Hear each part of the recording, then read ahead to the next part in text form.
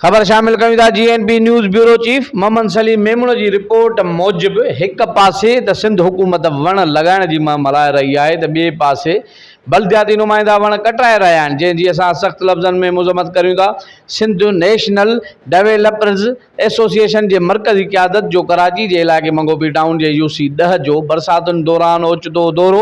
UC-10 में public park जा सरसब्ज़ वण वढण ऐं SND जे मेंबर ते तशद्दुद थियण वारे वाक़े ते उतां जे अवाम ऐं समाजी अॻुवाननि सां मेल मुलाक़ातूं।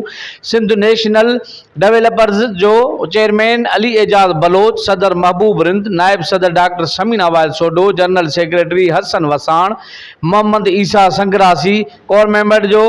मेंबर डॉक्टर अब्दुल अली मेमण ऐं ॿियनि GNP न्यूज़ सां वधी ॻाल्हाईंदे चयो त कुझु ॾींहं अॻु मंगोपी टाउन जे इलाइक़े UC-10 सेक्टर 36F जे पब्लिक पार्क मां UC चेयरमैन मुस्तफ़ा बदर बरकी सरसब्ज़ वण वढराया हुआ, जंहिंजे वीडियो ठाहींदड़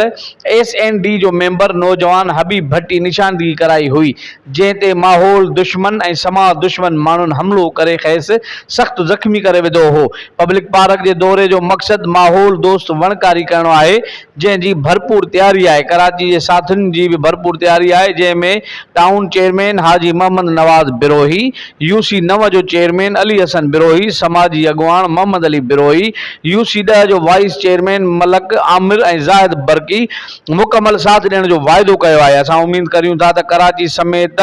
पूरी सिंध में वणकारी मुहिम के तेज़ कयो वेंदो।